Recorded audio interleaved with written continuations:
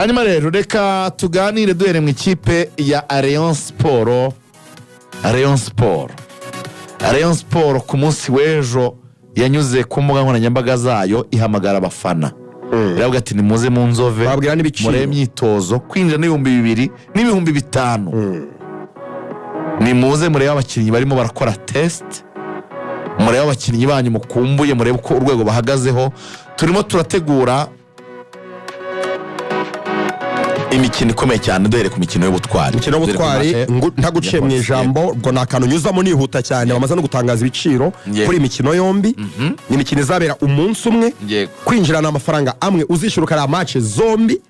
Yego. Saa 9 APR AS Kigali bwa tariki 28. Yego. Saa 12 reyo polisi bamaze gutangaza ibiciro nonaha ubwo ni Ferwafa ifatanyije na Cheno no bategura imikino. Cheno ni rwa rwego rushinzwe imidari y'ubutwari n'impeta. Bibiri hasigaye hose hadatwikiriye urumva ni make ukara match zombi.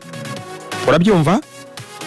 5 hatwikiriye VIP 20 ukareba APR yawe ukareba na Rayon yawe. Baciye amafaranga make cyane stade zuzura. Abantu cyane komeza. Bibiri hasigaye hose ukara match zombi kuva saa 9 kugera saa 2.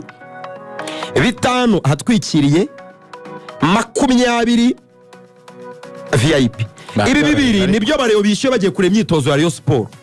Niyo mafaranga make umureo yakwishyura. Ubundi umureo ntabwo aheruka kura match ya make areba Rayon Sport ye, Rayon Sport yakiriye i Kigali mbese. Yego. Ntabwo bijyepfa kubaho ubundi. Ko Rayon nigiye Musanze bareo bayirebera 5. Urabyumva? Bibiri ukareba Rayon ntabwo undi bibaho Rayon Sport yari yabiciye ariko Cheno yo kagira Imana na Ferwafa batanze ibiciro bito. Hanyuma rero ubwo birumvikana ku munsi w'ejo Rigani wari watwijeje gusura ikipe ya Rayon Sport kugira ngo abakunzi bayo uzaze ubabwira ibyo wabonye mu Nzove, kwinjirane neza. Wagiyeyo cyangwa ntibyagukundiye kubera izindi nshingano? Mu Nzove ntabwo nagiyeyo ariko nahawe raporo y'ibyabereye mu Nzove byose nk'ijisho ry'umunyamakuru. Rero nakoresheje sources z'abantu ushobora kwizera. Amakuru ukomeye witeretse. Ndababaza bambwira icyabaye mu myitozo. Ntabwo byankundiye. Tubwira uko imyitozo yari imeze mu Nzove nze twumve Ngabo ibyo yatangaje nyuma y'imyitozo, hanyuma Lorenzo atuganirize ku makuru ya transferi abakinnyi binjira muri Rayon Sport umwe ku wundi. Ni 3 avec précision, 6 9 11 avec précision. Nta kintu kimwe muri uze kubura. Tujyane mu Nzove utubwire uko mu Nzove byari bimeze, ubwitabire bwari bumeze bute, abakinnyi bitabira imyitozo niba nabahe, abatoza se bose barahari, n'ibindi byinshi cyane abantu bakeneye kumenya. Nibyo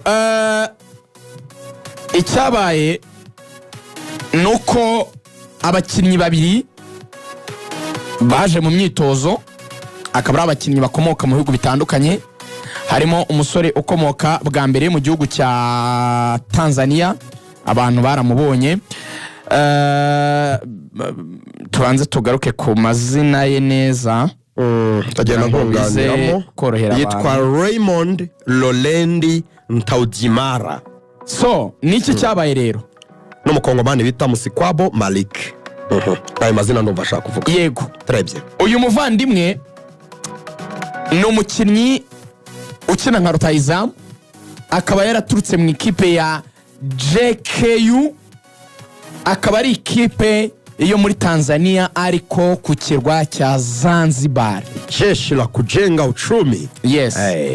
Noneho iyi kipe buri ukuntu Zanzibar hateye cyangwa hameze, ni ukuvuga ngo ubona abantu bakina ligue yabo hakaba na ligue isanzwe yindi ya Tanzania, banabemerera ko ari abantu bashobora gusora ekipe mu mikino nyafrika. Niyo mpamvu JKU yakinnye imikino ya Champions League ya Afrika kuko ari yatwaye champion Zanzibar. Raundi ya mbere bakinnye na Pyramide irabasezerera, ni na cyagiye APR yakinaga na Azamu, APR gusezerera Azamu.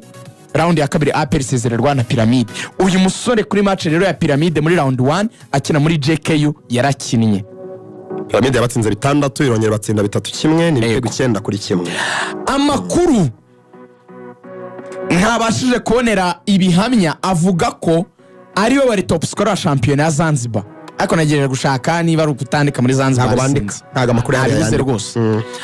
Gusa natunguwe nananezezwa na aja we akaba ari Ephraim Makoyi. Ephraim Makoyi kubaza umupira wo mu Rwanda mbere gato barebyeho, n'umukinnyi wakinnye muri APR akina no muri Rayon Sport. Makoyi yari umuwinga, yakinnye muri ya Rayon, yatozwaga na Rushungu, yatsinze APR 4-1. Abarebe bajya bavuga ngo batsindaga igitego ngo yinjira umujenerali, ngo bagatsinda igitego ngo wakinjira undi, ngo bagatsinda igitego ngo wakinjira undi, ngo buri mujenerali ngo yinjiranaga n'igitego kuri Rayon Sport. Icyo gihe iyo Rayon Sport itsinda APR 4 nibwo Rayon yari ikomeye cyane, ifite abakinnyi barimo ba Witakenge Jano ndetse n'uyu mukinnyi Ephraim Makoyi. Yari umuwinga ukomeye cyane. Rayon itwara shampiyona iyo sezo. APR yari ifite abana batoya ba Karekezi bakiri gukura. Nyuma APR yaje kumugura imukura muri Rayon. Makoyi aza gufasha APR gutwara Sekafa ya mbere batwaye 2-4 batsinze ikipe ya Ulinzi 3-1, ndetse aza no gutsinda igitego APR itsinda n'ubundi 4-1 batsinda ikipe ya Zamalek. Nyuma baza gusezererwa n'ikipe ya Africa Sport muri Cote d'Ivoire. Yari arimo Makoyi, ndumva baza umupira wa kera ubwo baramumenye. Uyu mugabo rero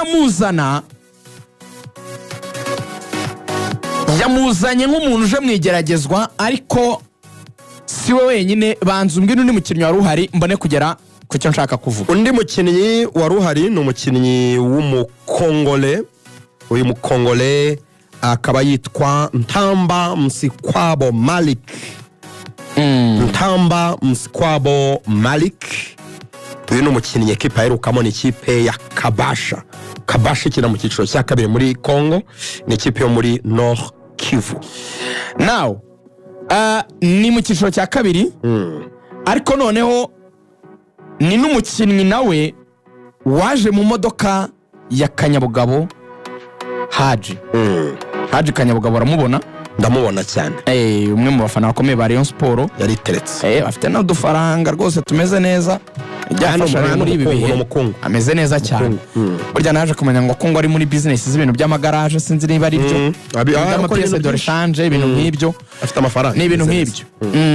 So aba bakinnyi babiri ntago bigeze bakoreshwa cyane mu myitozo.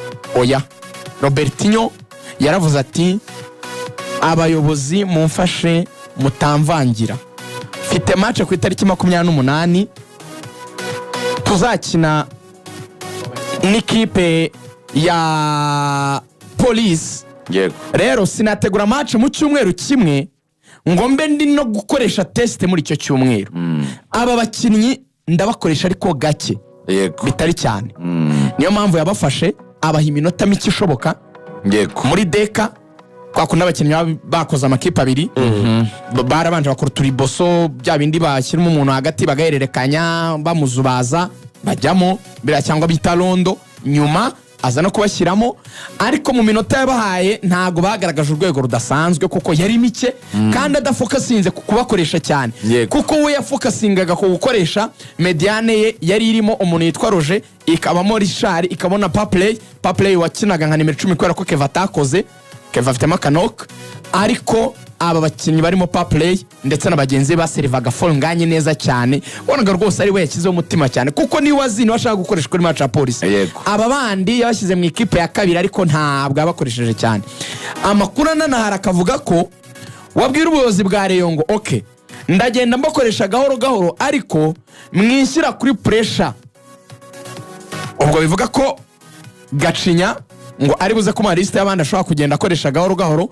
Hari n'umugabo witwa Pasteri, ni amuzi, umugabo yigeze kuba umuyobozi w'abafana ba Rayon Sport, nyuma avamo abo umuyobozi w'abafana ba APR. Yego.